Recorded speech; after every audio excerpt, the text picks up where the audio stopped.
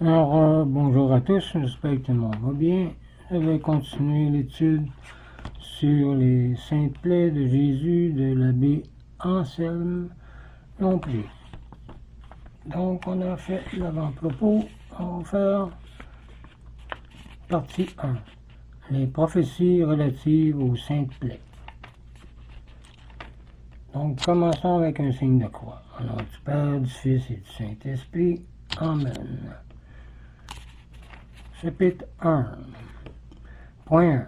La vision globale d'Isaïe.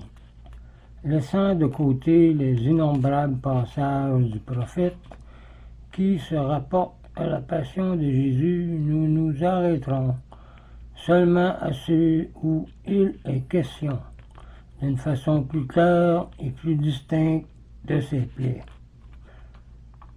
Dès le paradis terrestre, Adam et Ève reçoivent la promesse d'un Rédempteur, et cette promesse est renouvelée aux patriarches Noé, Abraham, Isaac, Jacob, Moïse, etc.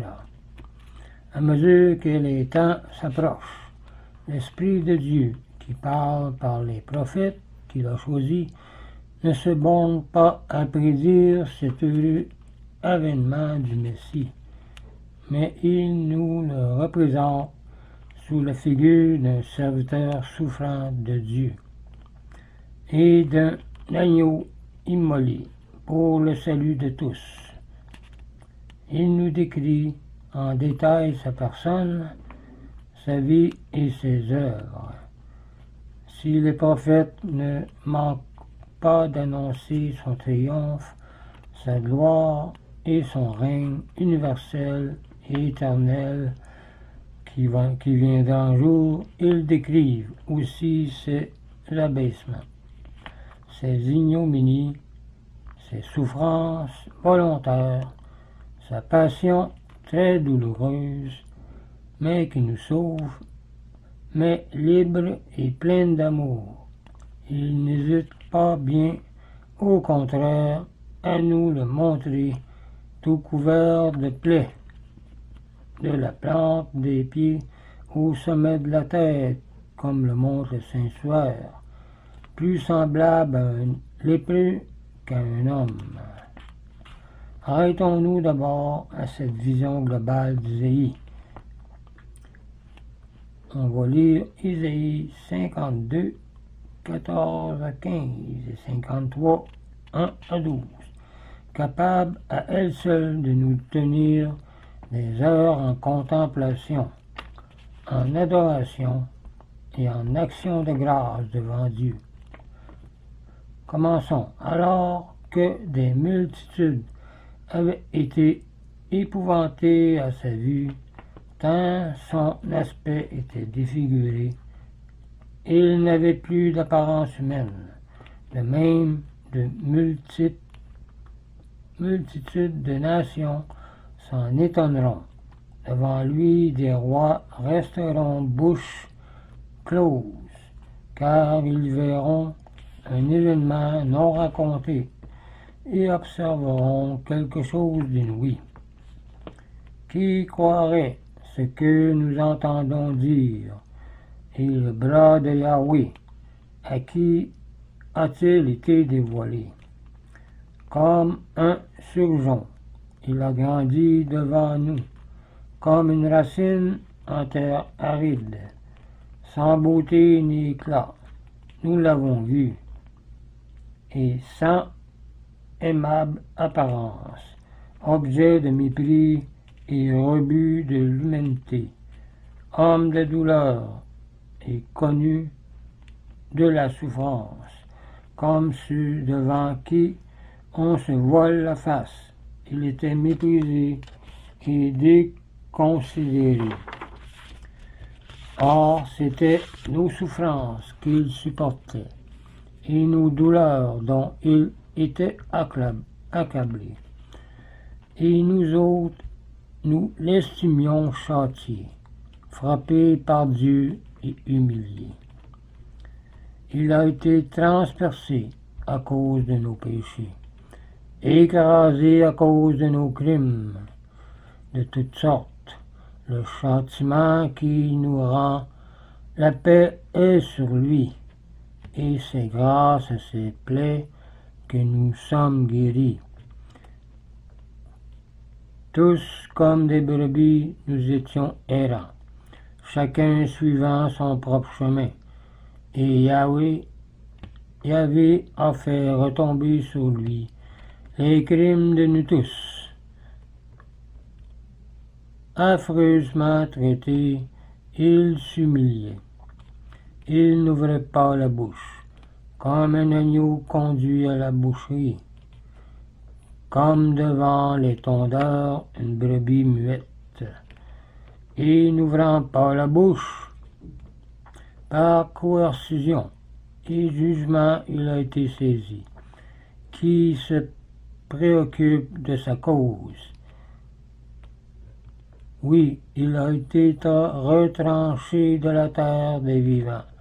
Pour nos péchés, il a été frappé à mort. On lui a dévolu sa sépulture au milieu des impies et son tombeau avec les riches. Alors qu'il n'a jamais fait de tort, ni de sa bouche proféré de mensonges, Yahvé s'est plus à l'écraser par la souffrance.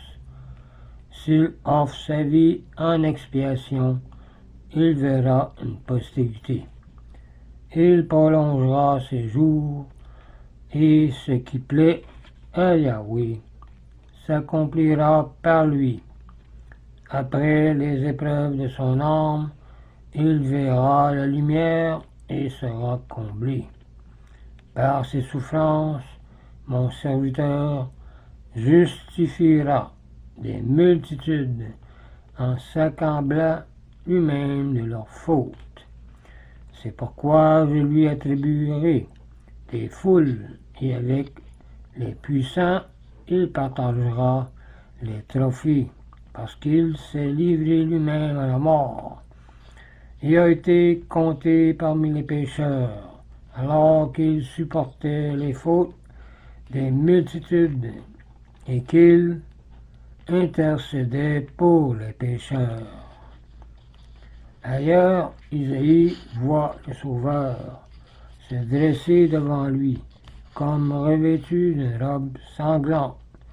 Il s'écrie: quel est-il donc celui qui arrive d'Édom, de Bosra, en habit taché de pourpre, celui qui est si magnifiquement drapé et qui marche tout plein de force.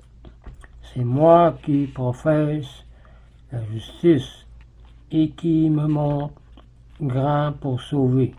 Pourquoi te drapes-tu de rouge et te vêtus comme un fouleur au pressoir? Voir Isaïe 23, 1 à 2. L'Église dans la liturgie et les pères appliquent ces paroles à Jésus attaché au pressoir de la croix et revêtu de la pourpre du sang qui s'épanche de ses plaies. Point 2. Zacharie parle de Jésus aussi. Zacharie 12, versets 9 à 14 et 13, verset 1. On peut lire en ce jour-là: je répandrai sur la maison de David et sur l'habitant de Jérusalem un esprit de grâce et de supplication. Ils regarderont celui qu'ils ont transpercé. Ils feront sur lui la lamentation comme on l'a fait sur un fils unique. Et ils pleureront comme on pleure un premier-né. En ce jour-là, il y aura une source ouverte à la maison de David et aux habitants de Jérusalem pour laver le péché et la souillure. L'évangéliste Saint Jean applique clairement à 2 reprises ce texte de Zacharie à la transfixion de notre Seigneur Jésus-Christ sur la croix, par les clous et la lance, après avoir écrit: un des soldats, d'un coup de lance, lui ouvrit le côté et il en sortit du sang et de l'eau. Il ajoute: tout cela est arrivé pour que s'accomplisse l'Écriture. Ils verront celui qu'ils ont transpercé. Voir Jean 14, versets 34 et 36. Et dans l'Apocalypse, la même vision du Christ transpercé nous est présentée. Voici, il vient au milieu des nuées, et tout œil le verra, et ceux mêmes qui l'ont transpercé. Toutes les tribus de la terre seront en deuil à cause de lui. Nous atteignons ici un des sommets de l'Ancien Testament quant à la théologie de la conversion, effet de la très pure miséricorde de Dieu qui prend lui-même l'initiative du salut, et il opère par sa mort sur la croix. À tout homme ou femme, il est demandé, comme au bon larron, de regarder le Sauveur avec foi, confiance et abandon, d'ouvrir son âme au flot de sang qui coule de ses plaies sacrées, de confesser et de regretter ses péchés, de pleurer au pied de la croix, comme on pleure la mort d'un premier-né ou d'un fils unique, de recevoir le baptême pour la rémission des péchés, comme c'est marqué dans Marc 1, verset 4, et quand c'est nécessaire, le sacrement de pénitence, qui est en quelque sorte un second baptême. Voir Jean 20, versets 22 à 23. Donc faisons comme le bon larron. Demandons pardon à Jésus à la croix, et vous serez surpris. Qu'est-ce que Jésus dira? Il dira la même chose qu'au bon larron. Aujourd'hui même, tu seras avec moi dans le paradis, et vous ressentirez sa paix. L'oraison de simple regard sera un mode d'oraison préféré des contemplatifs du crucifix et des saintes plaies. Ce regard sur une image de Jésus couvert de plaies est un regard actif que l'attirance de l'objet rend paisible et silencieux. Peu à peu, l'âme ne garde à l'objet que l'attention nécessaire pour entretenir ses mouvements d'amour du cœur et les renouveler. Comme ces âmes sont près du foyer d'amour, il suffit, dit Sainte Thérèse, du moindre souffle de leur esprit pour que tout s'embrasse, si la moindre étincelle les touche. Voir le chemin de perfection. 31, page 730. Ce serait tout pour le point 3. La prochaine fois, au chapitre 1, on continuera au point. Ce sera tout plutôt pour le point 2. On continuera au point 3. Prochaine fois avec David, psaume 22. Et point 4, Jean-Baptiste. Et point 5, on parlera de Jésus aussi. Donc, je vous laisse là-dessus. Je vous dis au revoir et union de prière.